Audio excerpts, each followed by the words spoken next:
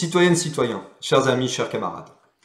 Le 27 mai 1943 se réunissait clandestinement à Paris, au 48 rue du Four, le Conseil national de la résistance CNR sous l'impulsion de Jean Moulin. L'objectif affiché était clair. Libérer la France du joug nazi et vichiste en reconquérant la souveraineté et l'indépendance nationale. Celle-ci avait été liquidée par les forces politiques de droite et de la fausse gauche radicale, voire socialiste, par l'ensemble de l'état-major français, ou presque, à commencer par l'ennemi de la nation Pétain, qui est désormais réhabilité par Éric Zemmour et même par Emmanuel Macron. Et bien entendu, par le grand patronat, qui avait fait le choix de la défaite en 1940. Sous l'impulsion centrale et décisive des francs-tireurs et partisans, FTP, à la fois FTP français et FTP main-d'œuvre immigrée, MOI, au sein desquels opérèrent respectivement Pierre Pranchère, vice-président du pôle de Renaissance communiste en France, et Léon Landini, président du pôle de Renaissance communiste en France, mais également sous l'impulsion du Parti communiste français et également de la CGT, le CNR œuvra à la libération de la France et à l'indispensable reconstruction d'un pays ravagé. Grâce aux ministres communistes, Maurice Thorez, Ambroise Croizat ou Marcel Paul, furent mises en place à la libération, entre autres, les nationalisations du gaz, de l'électricité, de plusieurs banques ou de la SNCF encore, les retraites par répartition, la sécurité sociale, le statut de la fonction publique, le retour à la semaine de 40 heures qui avait été mise en place par le Front populaire en 1936, le rétablissement des libertés syndicales et des conventions collectives, le droit de grève constitutionnalisé. En somme, une république indivisible, laïque, démocratique et sociale, et dont la souveraineté nationale appartient au peuple français, comme le stipule la Constitution de 1946. 80 ans après, l'œuvre du CNR est en passe d'être définitivement liquidée par plus de 4 décennies d'eurodissolution de la France au sein de l'Union européenne du capital et de la belliciste OTAN. Plus de 4 décennies d'euro-austérité et d'euro-saccage des services publics, éducation, hôpitaux, SNCF, EDF-GDF, Poste, etc. Des conquêtes sociales, sécurité sociale, code du travail, retraite par répartition, statut de la fonction publique, du produire en France industriel, agricole et artisanal, des libertés démocratiques, de la République une et indivisible, et même de la langue française face à la promotion du tout anglais. Autant de capitulations au nom de la funeste construction européenne d'un État fédéral européen, mais aussi du fait de slogans mensongers prodigués par les eurogauches, des slogans tels que l'Europe sociale ou les États-Unis socialistes d'Europe. Or, déjà en 1898, Jean Jaurès assimilait cette construction européenne potentielle à un césarisme monstrueux, un saint-empire capitaliste qui écraserait à la fois les fiertés nationales et les revendications prolétariennes. En somme, tout ce que la funeste construction européenne accomplit dans de grandes largeurs. Une telle capitulation est le résultat des politiques des gouvernements de droite et dits de gauche qui ont liquidé la souveraineté populaire et l'indépendance nationale. Depuis Giscard Borne à Macron, depuis Giscard d'Arc, à Macron-Borne, en passant par les faux néo-gaullistes Chirac et Sarkozy, et les prétendus socialistes Mitterrand, Jospin, Hollande.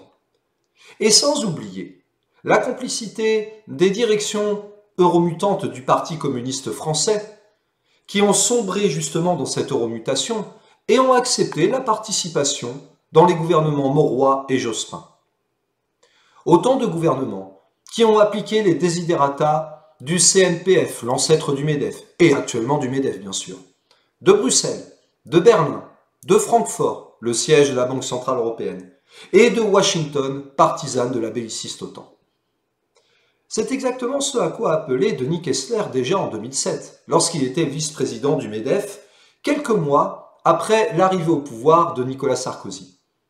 Rappelons-nous ce que disait Denis Kessler à cette époque. Le modèle social français est le pur produit du Conseil national de la résistance, un compromis entre gaullistes et communistes. Il est grand temps de le réformer, et le gouvernement s'y emploie.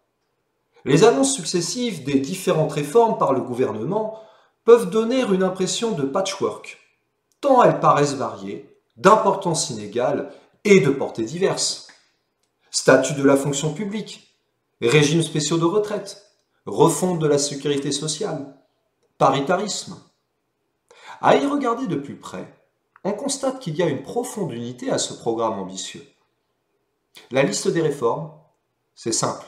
Prenez tout ce qui a été mis en place entre 1944 et 1952, sans exception. Elle est là.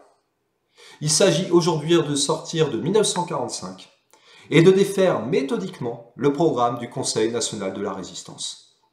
Et ainsi, pourrait-on dire, pour les descendants de tous ces technocrates industriels et grands banquiers qui ont massivement collaboré avec les nazis, de prendre leur revanche sur la résistance et sur la libération en 1945.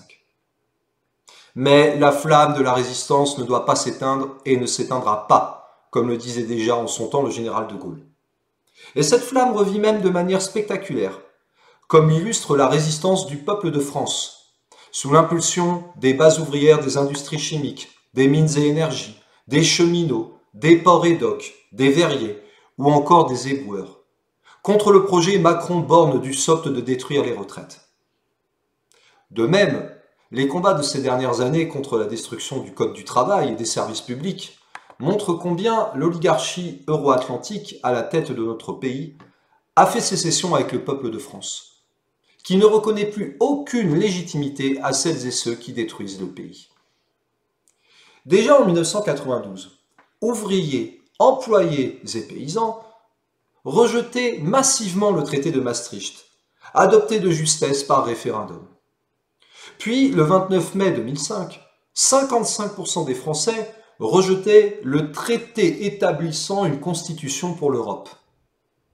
Ce traité fut finalement adopté en 2008, sous le nom de traité de Lisbonne, par l'UMP Modem, avec la complicité du Parti socialiste.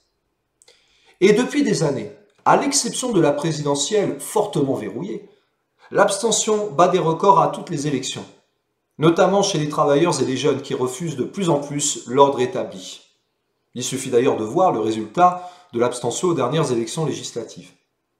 Un refus de l'ordre établi qui concerne également l'extrême droite lepéno-zémourienne, la face encore plus fascisante et xénophobe, et tout autant euro-atlantique, antipatriotique et antipopulaire que Macron.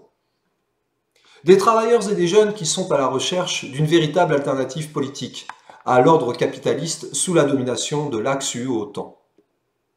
Or, il ne peut s'agir des fausses alternatives réhabilitant la gauche plurielle. Comment en effet croire que la NUPES, qui envisage désormais une liste unique pour les européennes sous la conduite d'Europe Écologie Les Verts, c'est-à-dire, précisons-le quand même, le parti le plus euro-atlantiste, belliciste, anticommuniste et fédéraliste de cette alliance électoraliste, eh bien comment imaginer que cette NUPES puisse être une réelle alternative? Et ce, alors que le PS, Europe Écologie Les Verts, et les directions eurocomplaisantes du PCF-PGE, puisque c'est son nom complet, et de la France Insoumise, refusent catégoriquement un réel bras de fer avec l'Union européenne du capital. Et que dire de Fabien Roussel, qui désormais appelle à une alliance avec Bernard Cazeneuve? Rappelons que ce dernier est ni plus ni moins que le responsable de la mort de Rémi Fraisse et le matraqueur des travailleurs en lutte contre la destruction du Code du travail sous Hollande-Valls-Macron en 2016. Une alliance qui pourrait peut-être s'étendre à Carole Delga, anti-insoumise primaire et euro-fédéraliste convaincue. Comment croire que ceci représentera un nouveau front populaire? En réalité, la véritable alternative existe. Elle se nomme Alternative Rouge et Tricolore. Elle associe le drapeau tricolore de la Révolution française et le drapeau rouge de l'internationale prolétarienne. 1789, 1793 et 1917. Robespierre et Lénine. Elle propose le Frexit progressiste, c'est-à-dire la sortie de l'euro, ce dispositif austéritaire continental, de l'Union européenne, cette prison des peuples pilotée par Berlin et Washington, de l'OTAN, cette organisation dangereuse pour la paix mondiale qui pousse à la guerre de haute intensité nucléaire contre la Russie et contre la Chine populaire. Et bien entendu la sortie du capitalisme exterministe, qui détruit les deux sources de richesse que sont la terre et les travailleurs, et qui, comme l'affirmait déjà Jean Jaurès en son temps, porte la guerre comme la nuée porte l'orage. Seule cette alternative se situe dans la continuité du CNR.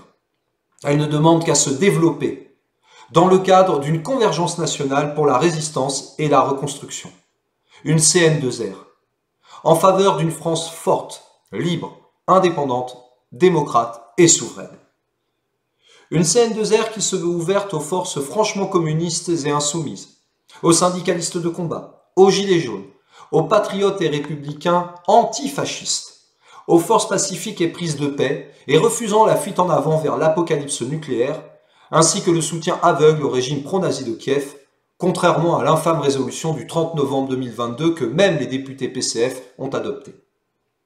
Autrement dit, autant de forces qui, combattant l'extrême droite héritière des Maurras, Pétain, Laval et autres Jean-Marie Le Pen, souhaitent reconquérir la souveraineté populaire et l'indépendance nationale, afin qu'adviennent les nouveaux jours heureux dont le peuple de France a plus que jamais besoin.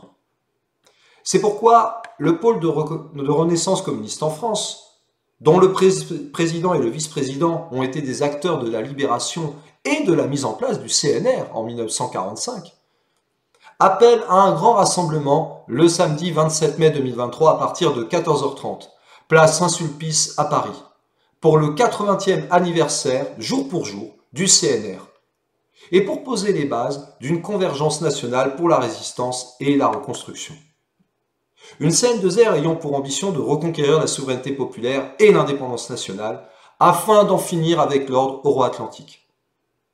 Et ainsi, honorer l'appel du 10 juillet 1940, comme y invitaient déjà Maurice Thorez et Jacques Duclos. La France doit se relever pour être une terre de travail et de liberté, mais non une terre de servitude et de misère. Car jamais un grand peuple comme le nôtre ne sera un peuple d'esclaves.